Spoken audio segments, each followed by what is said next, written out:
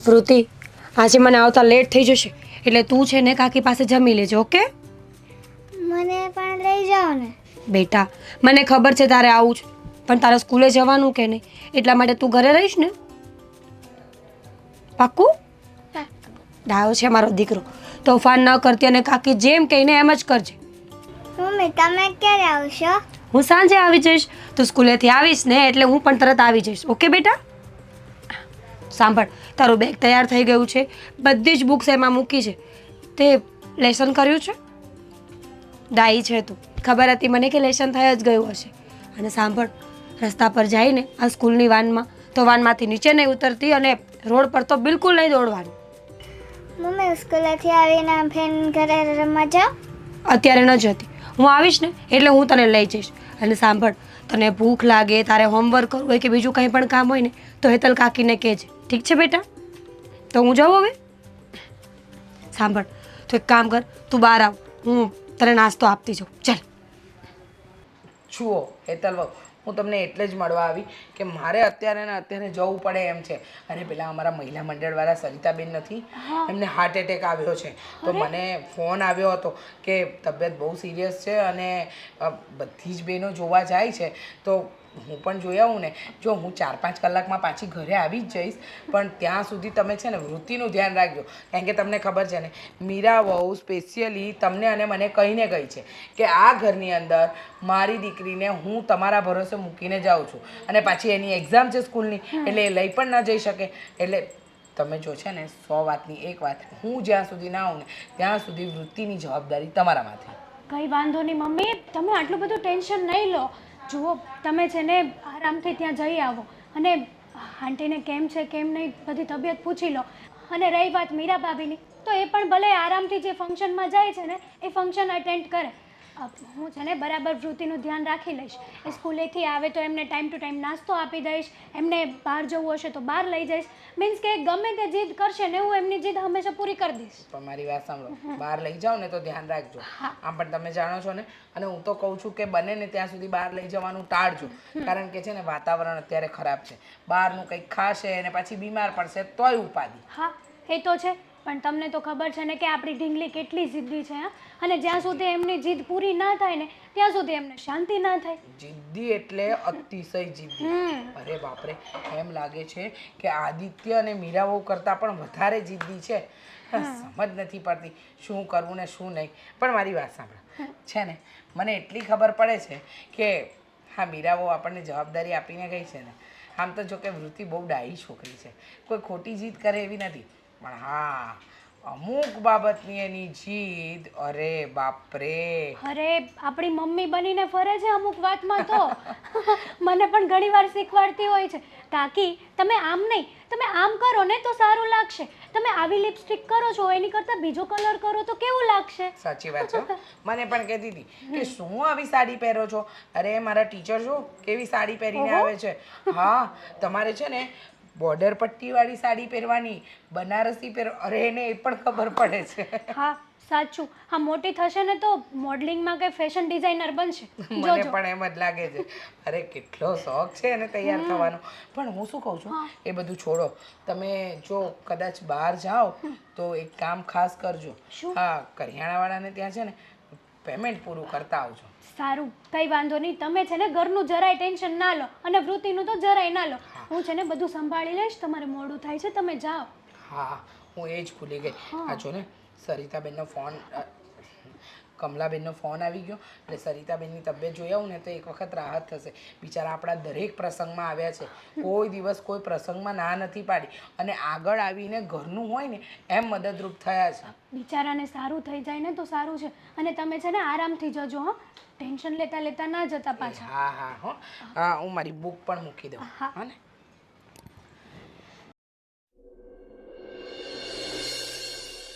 તું થાકી ગઈ હશે ને આજે સ્કૂલેથી આવીને? બહુ થાક લાગ્યો છે? હા. ભૂખ લાગી છે? શું ખાવું છે? પિઝા. પિઝા નહીં, હું તને મેગી બનાવી આપું મસ્ત મજાની. હા, પણ તને મેગી તો બહુ ભાવે છે ને ગરમા ગરમ? ના. તો પિઝા જો બેટા, બીજું તારા માટે શું બનાવું? થેપલા બનાવી આપ? ના પાસ્તા? નહીં. પાસ્તા બી નથી ખાવા? તો જો બેટા પિઝાનો સામાન તો ઘરમાં નથી ને, એની કરતાં હું તને સાંજે પિઝા ખવડાવી દઈશ. અત્યારે તું મેગી ખાઈ લે બસ. ના પિંકી પ્રોમિસ, હું તને સાંજે પિઝા ખવડાવી આપીશ ને. ના. પિઝા જ ખાવા છે? હા મારે પિઝા જ ખાવા છે. પિઝાનો સામાન તો ઘરમાં નથી, તો શું કરીશું? બહાર જઈએ અને સામાન લઈને આવીએ. બહાર તો બેટા વરસાદ આવે છે ને બહાર, તો કઈ રીતે જશું આપણે? કે બહાર જવું જ છે, બહાર જવું જ છે, ગમે એમ કરી મને લઈ જાઓ.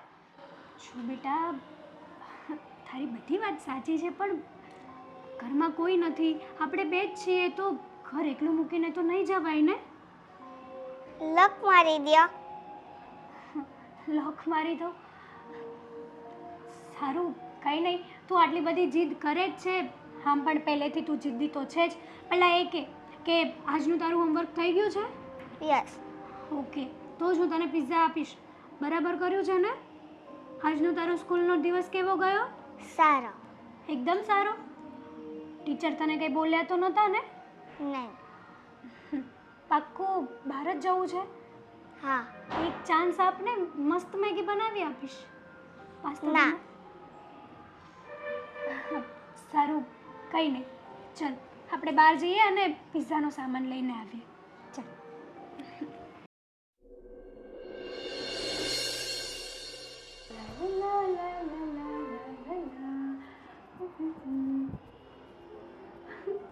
કેવા લાગીએ છીએ આપણે જોડે ને?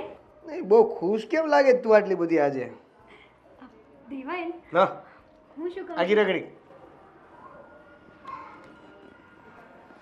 ખબર જ હતી. અમુક લોકો છે ને પોતાની વાઈફની આંખોમાં જોઈને રેડી થઈ જાય છે. એમ? હા ના, તો આંખોમાં પ્રેમ જોઈને એવું થવું જોઈએ તમને. થોડું પ્રેક્ટિકલી વાત કરો ને તો લોકોને ગળાએ ઉતરે. ગળે ગળું અહીંયા આવે, અહીંયા ના. હા એટલે મગજથી ગળે ઉતરે એમ એને. હા તો પ્રેક્ટિકલ જ છે ને કે તમે મારી આંખોમાં જોઈને રેડી થશો તો. આ બિચારા કાચવાળાની ફેક્ટરીઓ બંધ થઈ જાત નહીં? આવી આંખોમાં જોઈને બધું રેડી થવાતું હોત ને તો આ કાચવાળાની ફેક્ટરી કાચ બનતા બંધ થઈ ગયા હોત.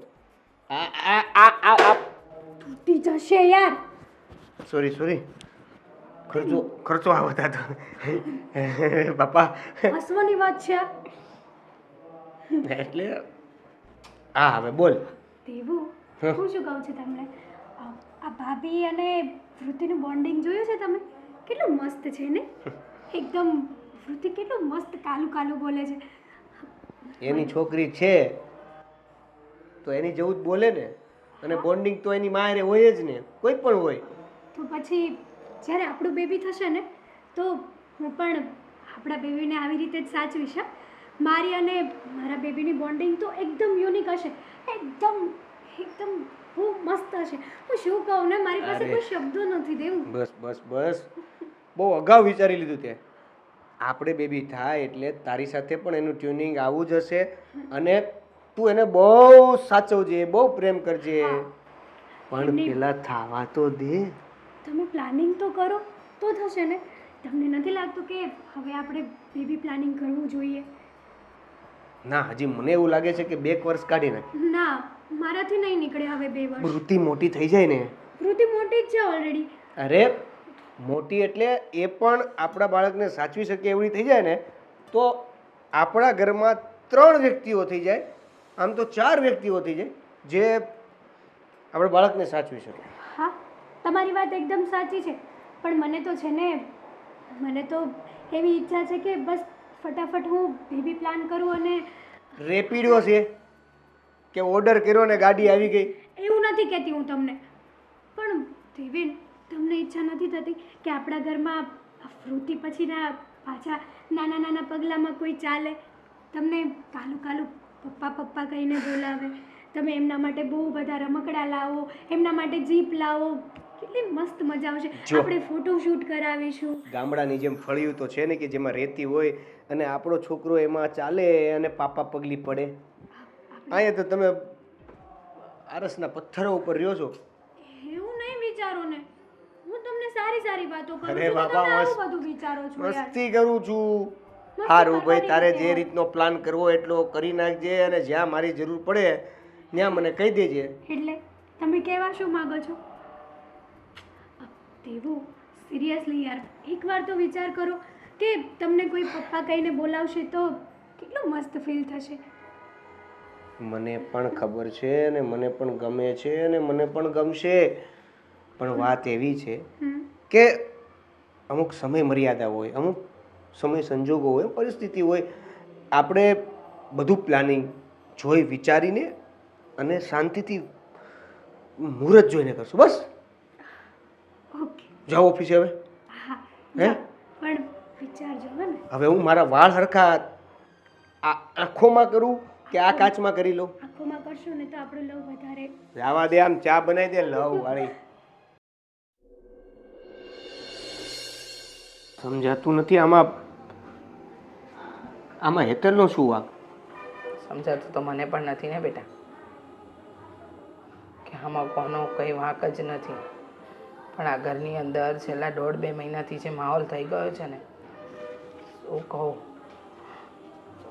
મમ્મી, હેતલ જે રીતે વિચારતી હતી ને કે વૃત્તિ અને ભાભી વચ્ચેનું ટ્યુનિંગ, એ હેતલ એ બંનેને જોઈને એટલી ખુશ હતી ને, અને અત્યારે ભાભી એવું કહે છે કે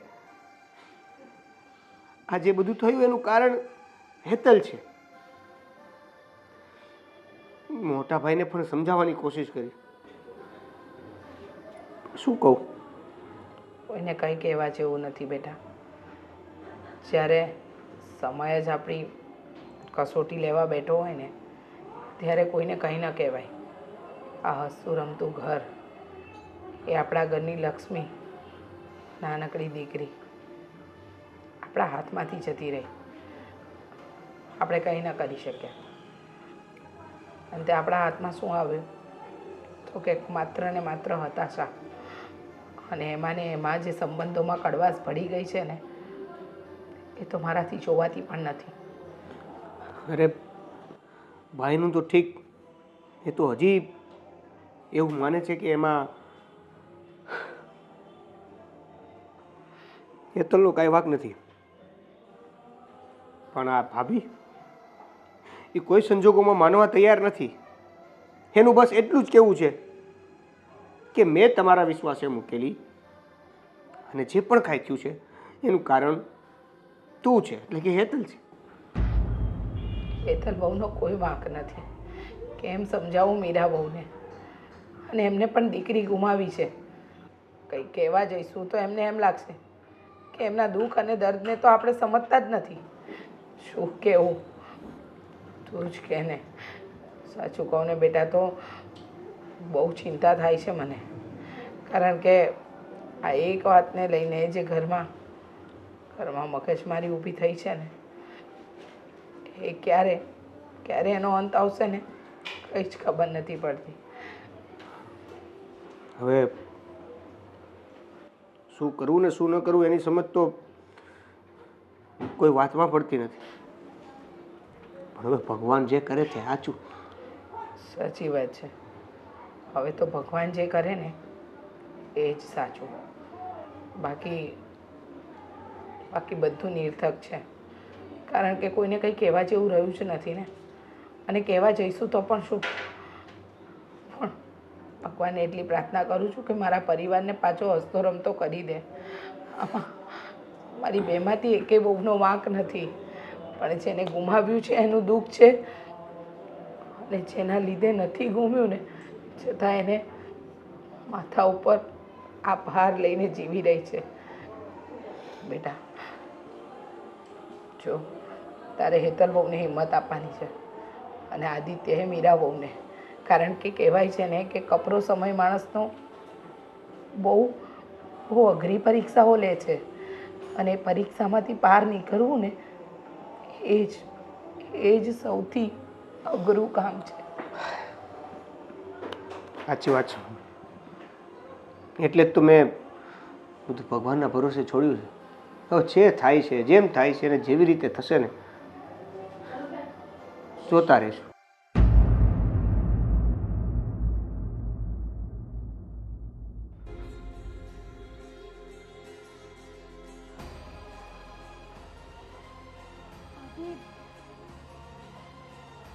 કંઈ જોતું છે?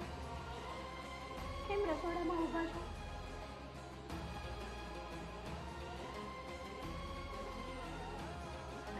હાથ નહીં લગાવો મને. શરમ આવે છે? શરમ આવે છે? આ પૂછતા કે શું જોઈએ છે? શું જોઈએ? મને મારી દીકરી જોઈએ છે. લઈ આવજા. લઈ આવીને જ્યાં મૂકીને આવી હોય ત્યાંથી પાછી.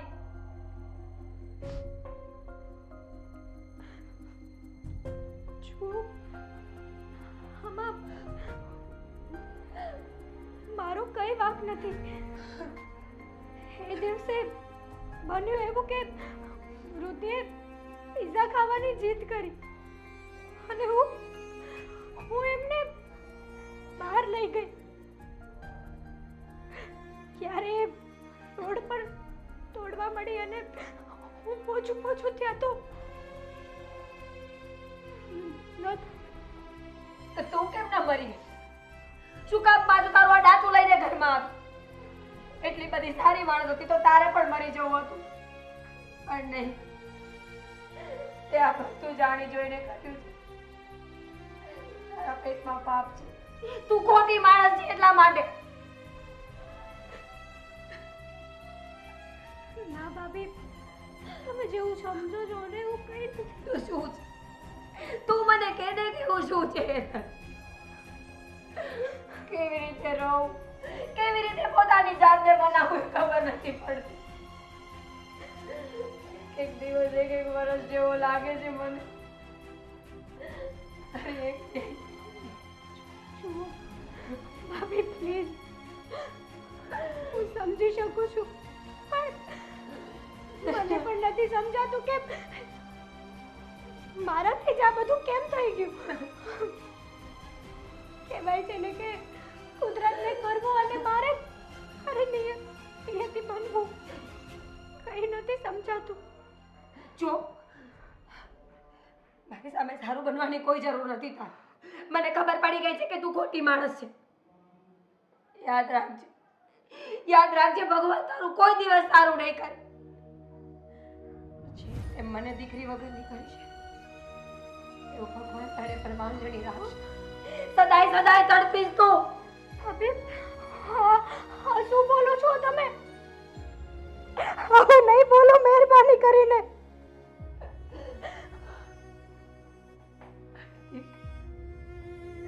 મારી દીકરી કોઈ કે મારી બોલ કે તારી પાસે મૂકીને ગઈ એને જો પડી હતી મને.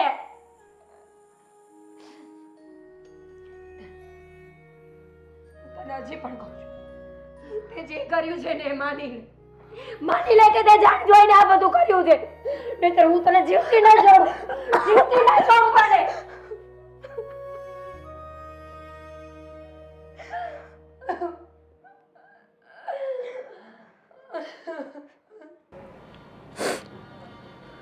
મીરા, થોડું જમી લે. જો જે કંઈ પણ બન્યું છે તો ઘણો સમય થઈ ગયો ને હવે તું આવી રીતના ઉદાસ રહીશ, રડ્યા કરીશ, પોતાની જાતને આ રીતના રૂમમાં પૂરી રાખીશ તો શું આપણી દીકરી પાછી આવી જશે? તું બધાને થયું છે પણ આપણે પોતાની જાતને સંભાળવી તો પડશે. કેવી રીતે સંભાળ? કેવી રીતે સંભાળ? તમને શું લાગે છે આટલી નાની વાત છે કે હું બધું ભૂલી જાઉં? આદિત્ય, તમે બધા કઠોર હશો પણ હું નથી. મેં શું ખોયું છે એ મને જ ખબર છે. ખાલી થોડી વાર માટે મૂકીને ગયા હતા. મને નહોતી ખબર કે હું એને પાછી ક્યારેય નહીં જોઈ શકું. નહીંતર હું મારો જીવ આપી દેત પણ એને મૂકીને ક્યાંય ન જાય. એ એક અકસ્માત હતો, બનવા કાળે બની ગયો. આપણે કોઈને દોષી ઠેરાવીએ કે પછી પોતાની જાતને દોષી માનીએ, એનાથી શું થવાનું છે? જો મને પણ ખબર છે કે વૃત્તિ આપણા બધાની લાડકી હતી ને ઘરમાંથી આવું બનવું એટલે બધાને લાગી આવે, પણ માનવું તો પડશે ને. નહીં, જ્યાં સુધી મારી દીકરીને ન્યાય નહીં મળે ને ત્યાં સુધી હું નહીં માન. આ બધું હેતલે જાણી જોઈને કર્યું છે આદિત્ય. તમે જ વિચાર કરો ને, વૃત્તિને જ કેમ આવું થયું, કેમ હેતલ ના મરી ગઈ? સમજ તું કે એ તો એની જીદના કારણે એમને લઈને ગયા હતા. હેતલ વહુને આપણે આવું કહેવી એ સારી વાત ન કહેવાય. તું કોને સજા અપાવવાની વાત કરે છે? એ પણ આ ઘરના સભ્ય જ છે ને. એ બંને વચ્ચે કેટલું બનતું હતું તને ખબર છે ને? નહીં, હેતલને હું કાંઈ માનતી જ નથી. હેતલે જાણી જોઈને મારી દીકરીને મારાથી અલગ કરી છે. એને નહોતું ગમતું કે મારી દીકરીને મારે આટલું બનતું હતું. હું આ વાતને ક્યારેય નહીં માની શકું, ક્યારેય. કેમ સમજાવું તને? જો હું થાકી ગયો છું, હું પણ બહાર કામ નથી કરી શકતો. આખો દિવસ તારી ચિંતા, આપણી સાથે જે બન્યું એ બધું યાદ આવે છે, અને મારી દીકરીની યાદ નહીં આવતી હોય. સમજવાની કોશિશ કર કે જે થયું છે ને એમાં કોઈનો વાંક નથી. ભગવાનની મરજી હશે કે આપણી પાસે ફૂલ જેવું, આ ફૂલ જેવી દીકરી આપ મોકલી તો ખરા, પણ એમને પાછી પણ લઈ લીધી. મીરા, છેલ્લા કેટલાય દિવસથી તારી તબિયત ખરાબ થાય છે. તું નથી દવા પીતી કે નથી જમતી. આમને આમ જો કરીશ તો હું નથી ઈચ્છતો કે તને કઈ થઈ જાય. જો મારાથી આ જે બન્યું છે એ એક આઘાત તો માણ હું સહન કરી ચૂક્યો છું, પણ હવે મારામાં હિંમત નથી.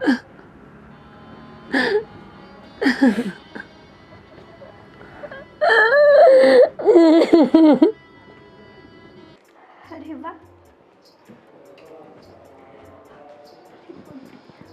શું વાત છે? આવી ગયા એમને રિપોર્ટ? હા જુઓ.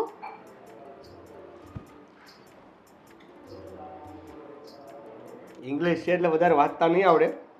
તું ખાલી એટલું કહી દે કે ડૉક્ટરે શું કીધું, બધું બરાબર, ઓલ વેલ? હા દેવેન, તમે પપ્પા બનવાના છો અને હું મમ્મી બનવાની છું. આખરે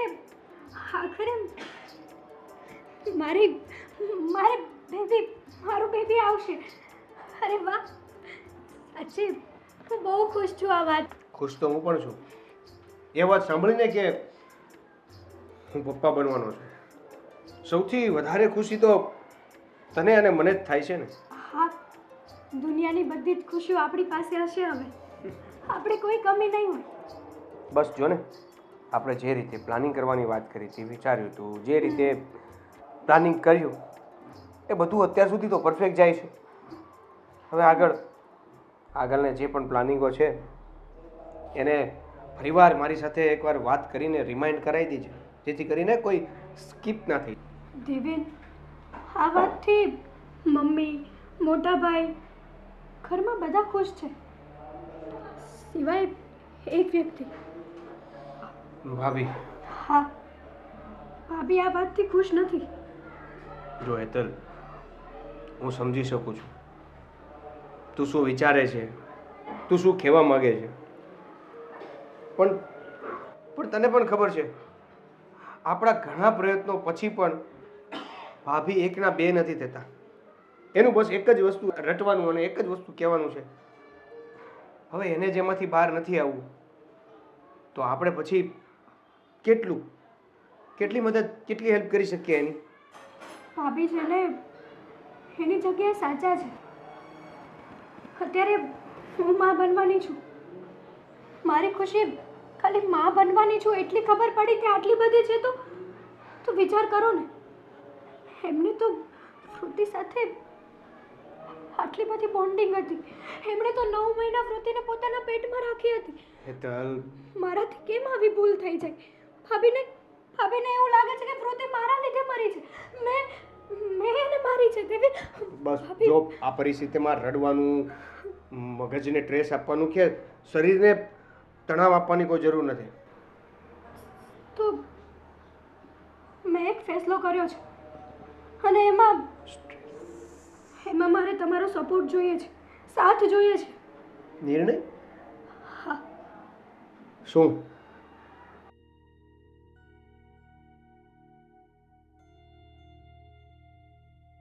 વાત તો તારી સાચી છે. જોઈએ, લેટ્સ સી કે ભાભી શું કહે છે.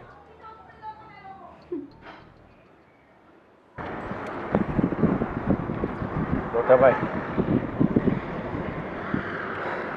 કેમ અહીંયા? બસ એમ જ. કંઈ કામ હતું? મોટાભાઈ તમારી સાથે થોડીક વાત કરીને મન હળવું કરવા આવ્યો હતો, પણ અહીંયા તમારું મન જ ભારે છે. જો હું સમજી શકું છું, પણ અત્યારે તું જે કંઈ પણ વાત કરવા આવ્યો હોઈશ, હું બધાની વાત સાંભળવા જ બેઠો છું, બધાને સમજાવવા જ બેઠો છું, પણ મારાથી કંઈ થતું નથી. જો જે થયું છે એનું દુઃખ મને પણ છે, અને અત્યારે આવી પરિસ્થિતિમાં તમારી સાથે વાત કરવી પણ થોડી અઘરી છે. તમે જ કહો મને કે ભાભી જે રીતે આ હેતલનું નામ દઈ રહ્યા છે, હેતલનું નામ લઈને વાત કરી રહ્યા છે, એ શું વ્યાજબી છે? શું અમારો ભાવ કે અમારે એવો વિચાર હોય કે વૃત્તિને કંઈક થઈ જાય? પણ શું અમારો ભાવ એવો હોય કે વૃત્તિને કાંઈક થઈ જાય? જુઓ, હેતલ અને વૃત્તિ પણ બહુ સારી રીતે ટ્યુનિંગમાં હતા, અને હેતલ તો હંમેશા એવું કહેતી હતી કે આ ભાભી અને વૃત્તિ વચ્ચે જે મા દીકરીના જે ટ્યુનિંગ છે ને, એ બહુ સારું હતું. હું સમજી શકું છું, અને હું માનું પણ છું કે તારી ભાભી ખોટી છે, પણ એ જગ્યાએ તું આવીને ઊભો રહે ને તો તને ખબર પડે. એની હાલત બહુ ખરાબ છે. નથી સમજાવી શકતો હું એને, નથી મનાવી શકતો. અરે એક માં છે, સમજી લે કે એક કાંડા જેવી હરકતો કરે છે. આઘાત લાગ્યો છે એને વધારે, એના શબ્દો કડવા હશે. કદાચ અત્યારે માની લે કે એ ભાનમાં નહીં હોય એટલે બોલતી હશે આવું બધું. મેં ઘણી વાર કહ્યું કે આપણા સભ્યો, આપણા ઘરના પરિવારના સભ્યો કોઈ દિવસ આવું ના વિચારી શકે, અને આમાં હેતલ બહુનો કંઈ જ વાંક નથી. પણ માનું હૃદય કોઈ દિવસ કોઈને પણ માફ ન કરે. જો હેતલ બહુની જગ્યાએ હું હોત ને તો મને પણ ક્યારેય માફ ન કરે. વાત તમારી સાચી છે, પણ અત્યારે જે વાત પણ નથી કરી શકતો અને કોઈને સમજાવી પણ નથી શકતો, નથી સમજી શકતો. ભગવાને એવી પરિસ્થિતિ આપી દીધી છે ને કે કોઈ બાજુ સોલ્યુશન નથી આવી શકતું. બસ મોટાભાઈ ખાલી થોડુંક હું સમજુ છું કે ભાભી અત્યારે એવી હાલતમાં છે કે એને પણ સમજવું મુશ્કેલ છે. કદાચ આ આઘાતમાં આ બધી વાતો કરે છે, પણ આમાં ક્યાંક હેતલને હેરાન થવું પડે એવી પરિસ્થિતિ ના આવે. બસ હું ધ્યાન રાખીશ કે એવું કંઈ ના થાય.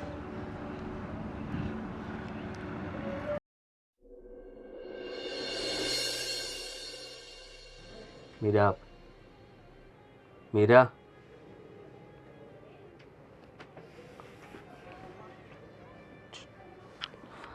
તને ખબર છે મારી વાત સાંભળે છે તું? જો ઘરમાં સારા સમાચાર મળ્યા છે અને આવા સમયમાં આપણે ખુશ થવું જોઈએ. તું અહીંયા ઉદાસ બેઠી છે, બહાર ચાલ, બધા સાથે બેસ, વાતચીત કર તો સારું લાગશે. તારે કોઈ સાથે કોઈ વાત નથી કરી. મને બધી ખબર છે કે હેતલ માં બનવાની છે. તો સારું કહેવાય ને. સારું જ કહેવાય ને, સારું જ કહેવાય. મારા બાળકને છીનવીને હવે પોતે માં બનશે. કામ આવું બોલે છે? શું કામ હર હંમેશા તું આવું જ બોલે છે કે મારા બાળકને છીનવ્યું, મારા બાળકને છીનવ્યું? તો એ પણ એની કાકી જ હતી ને, એનું પણ એ બાળક જ થયું. અને ભગવાને ફરીવાર આપણી સામે જોયું છે. વિચાર કર કે આ ઘરની અંદર જલ્દી એક નાનું બાળક આવશે, આપણે બધા એની સાથે રહીશું. તો આવું ના વિચાર. તો વિચારીશ, હું તો જીવીશ ત્યાં સુધી એવું જ વિચારીશ કે એણે જ આ બધું કર્યું છે. તમને શરમ નથી આવતી? તમે એનો પક્ષ ખેંચો છો. મને લાગે છે કે તમને તો કોઈ દુઃખ જ નથી. છૂટી ગયા હશો ને કે દીકરી જીવતી હોત તો ખર્ચા કરવા પડે. કેવી વાત કરે છે? બાપ હતો એનો, ખર્ચા કરવાથી હું ડરું? પોતાની જાતને વેચવી પડે તો વેચી દે. તો વેચી નાખો અને મારી દીકરી પાછી લઈ આવો. બાકી હેતલની ખુશીમાં ખુશ થવાનો મને કોઈ શોખ નથી. જો સરસ મજાની કહાની સંભળાવી દીધી, પિઝા ખવડાવવા લઈ ગઈ હતી ને અચાનક દોડીને ગાડી નીચે આવી ગઈ. કેમ? ઘરમાં કંઈ ખાવાનું નહોતું? ભગવાન બધું સારું કરશે. ફરીથી આપણી વૃત્તિ જેવી જ દીકરી આપણી પાસે આવશે. શું મતલબ આદિ? શું મતલબ? મરી જાઉં હું આજે ને આજે ગળા ફાંસો ખાઈ જાઉં, પછી 6 મહિના વર્ષ પછી તમે મારા જેવી જ બીજી પત્ની લઈ આવજો ને. વાત કરે તું. શું વાંધો છે તમને? તમને પત્ની મળે છે ને તો પછી એક કામ કરો, લો મારું ગળું દબાવી દો. અરે મને જીવીને મારે પણ અહીંયા કઈ કામ નથી. ગાંડી થઈ ગઈ છો તું? જરાક તો વિચાર કર. મનમાં આવે એમ બોલે જાય છે તું. આનું શું કે દુઃખ છે, મને પણ દુઃખ છે, પણ હું તો તને ખુશ કરવાની કોશિશ કરી રહ્યો છું. અરે સમજાવવા માંગુ છું કે ભૂતકાળને ભૂલીને વર્તમાનમાં જીવતા શીખ. ક્યાં સુધી તું આવું વિચારતી રહીશ? ક્યાં સુધી? એ જ તો કહું છું. હું આજે રાત્રે ગળા ફાંસો ખાઈને મરી જાઉં ને પછી તમે જીવતા શીખી જજો. આવું તું ના બોલ ને આવું કંઈ ના વિચાર. એવું કંઈ નથી કરવાનું તારે. હું છું ને તારી સાથે, અમે બધા તારી સાથે છીએ. બધા નથી. તને જરાક વિચાર આવવો જોઈએ કે તું આટલા આરોપ નાખવા છતાંય તે હેતલ વહુએ તને કાંઈ નથી કીધું ક્યારે? કારણ કે એ ભૂલમાં છે. એ ભૂલમાં ન હોત ને આદિત્ય તો એ મારી સામે બોલી હોત. તું તને કેમ સમજાવું તને કે એના પર શું વીતતી હશે? જે માણસથી એક ભૂલ થઈ ગઈ છે એ માણસને તમે રોજે રોજ સંભળાવ્યા કરશો તો ક્યારેક એવું બનશે કે એ કંઈક ઊંધું પગલું ભરી લેશે તો સારું ને? સારું, મારા જીવને શાંતિ મળશે. રોજ ઉઠીને મારે રડવું નહીં પડે. તું આવું ઈચ્છે છે? આટલી હદ સુધી? હું જે મીરાને ઓળખતો તે આવું ના બોલી શકે, આવું ના વિચારી શકે. અરે તું તો રાહ જોતી હતી કે ક્યારે મારી દીકરીને કોઈ સાથ આપે એવો જલ્દીથી આ ઘરમાં કોઈ દીકરો આવે, બાળક આવે, અને અત્યારે તું જ આવું ખરાબ બોલી રહી છે. જો હું કોઈ વાત કરવા નથી માંગતી. મહેરબાની કરીને મારો પીછો છોડી દો તમે લોકો. સારું, શાંત થાપ.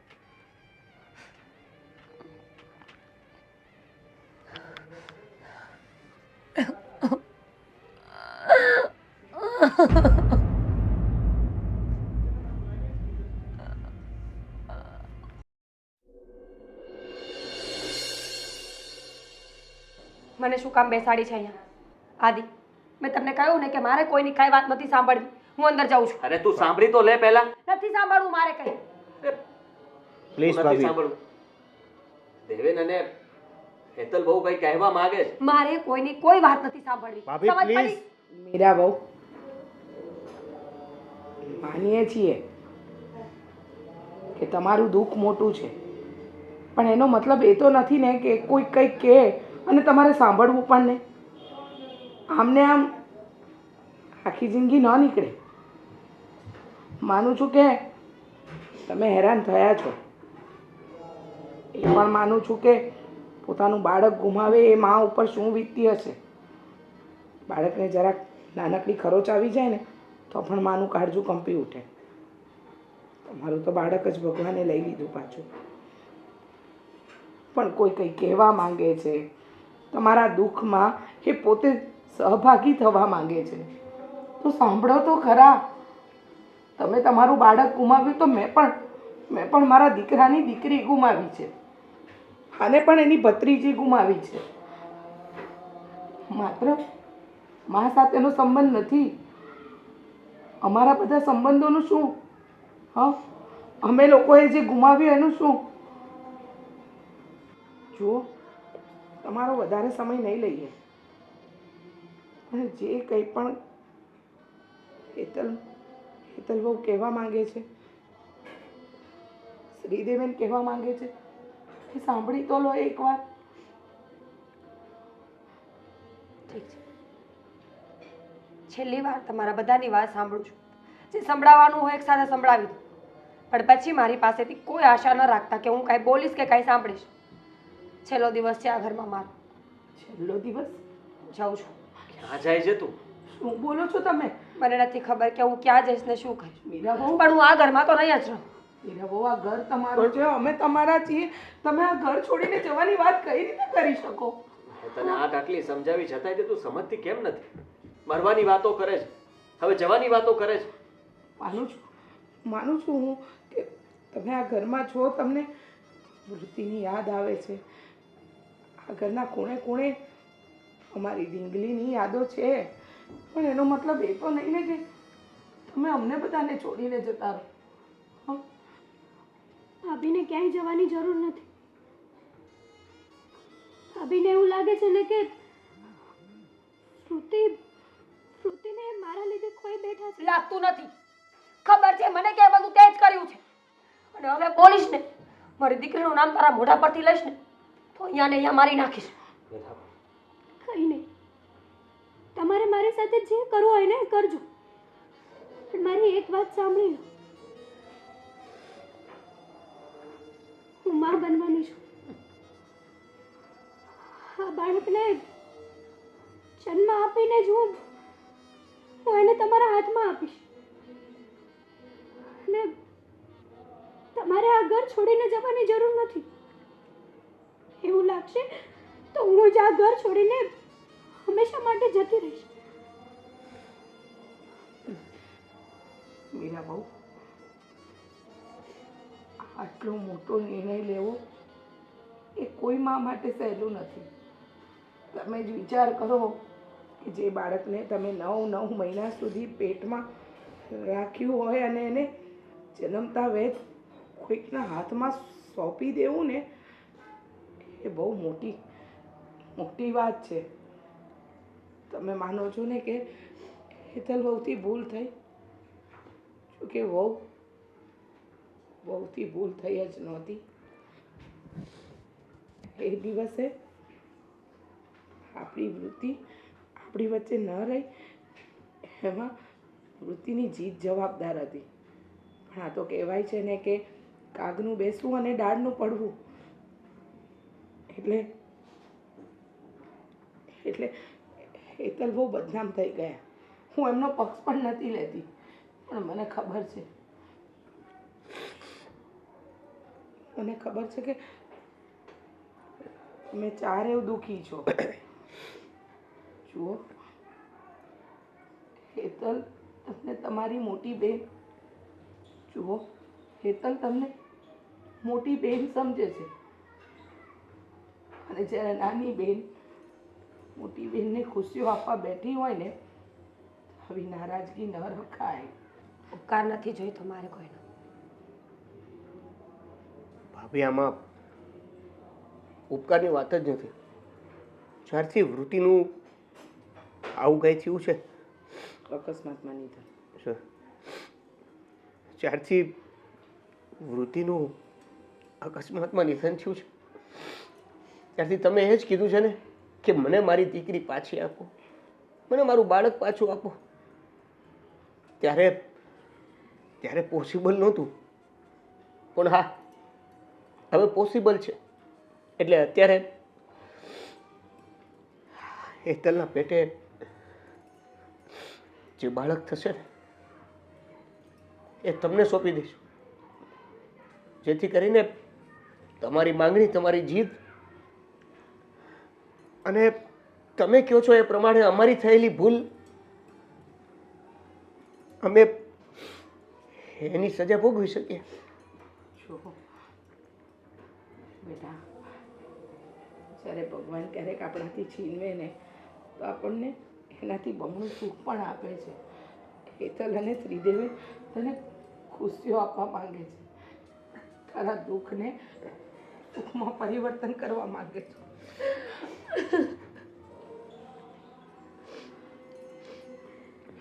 એક વિચાર તો કર, આટલું કહેવા છતાંય તે લોકો અફસોસ જ કરે છે. જે બનવાનું હતું એ બની ગયું છે, એને કોઈ સુધારી શકે એમ નથી. છતાં એ લોકો પ્રયત્ન કરે છે કે તું આ બધું ભૂલી જા અને નવેસરથી શરૂઆત કરે. નહીં, આ બાળક લઈને મારે માં નથી બનવું, મારે મોટી માં બનવું છે. હેતલ, આજ સુધી હું વિચારતી રહી કે મારી દીકરીને જવા પાછળ તારો હાથ છે. હું એ સિચ્યુએશનને એક્સેપ્ટ જ નહોતી કરી શકતી કે એ બધું ભગવાનના હાથની વાત છે, તારી નહીં. મેં તને બહુ શ્રાપ આપ્યો, બહુ ગંદુ ગંદુ બોલી છું હું તને, પણ આજે મને સમજાય છે કે એક માથી પોતાના બાળકનું અલગ થવું એ કેટલું દુઃખદ હોય છે. જો હું મારા બોલેલા શબ્દોને પાછા નહીં લઈ શકું, પણ હા, હવે એવી ટ્રાય કરીશ કે ક્યારે આવું કંઈ બોલું. અને રહી વાત આ બાળક, તો માં બનવું એના કરતાં મોટી માં બનીને દરજ્જો મોટો ન કરું. અને માફ કરી દેજો.